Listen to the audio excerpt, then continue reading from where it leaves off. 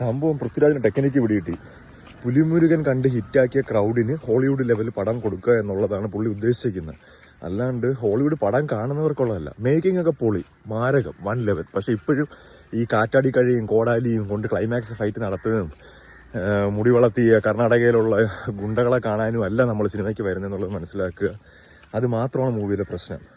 മോഹൻലാലിൻ്റെ ഡയലോഗ്സ് ഇല്ല. എല്ലാം കൂടെ 5 ഡയലോഗ് പറയാൻ വേണ്ടി ഒരു ഗോഡ് ഫാദർ ലെവലിൽ പ്രസൻറ്റ് ചെയ്യേണ്ട ഒരു കാര്യത്തിന് ഇലുമിനാറ്റിന്നും ന്യൂ വേൾഡ് ഓർഡറും സിംബോളിസവും ഒക്കെ ആയിട്ട് പറഞ്ഞിട്ട് അവസാനം വെറും ഒരു റിവഞ്ച് സ്റ്റോറി എടുക്കാൻ വേണ്ടിയായിട്ട് കാര്യമില്ല.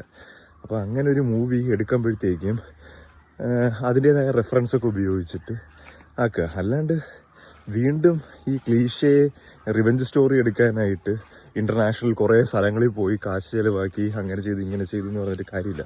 നമുക്ക് കാണണ്ട. നമുക്കിനി എന്താണ് ഇങ്ങനത്തെ ഗുണ്ടകളെ കാണണ്ട.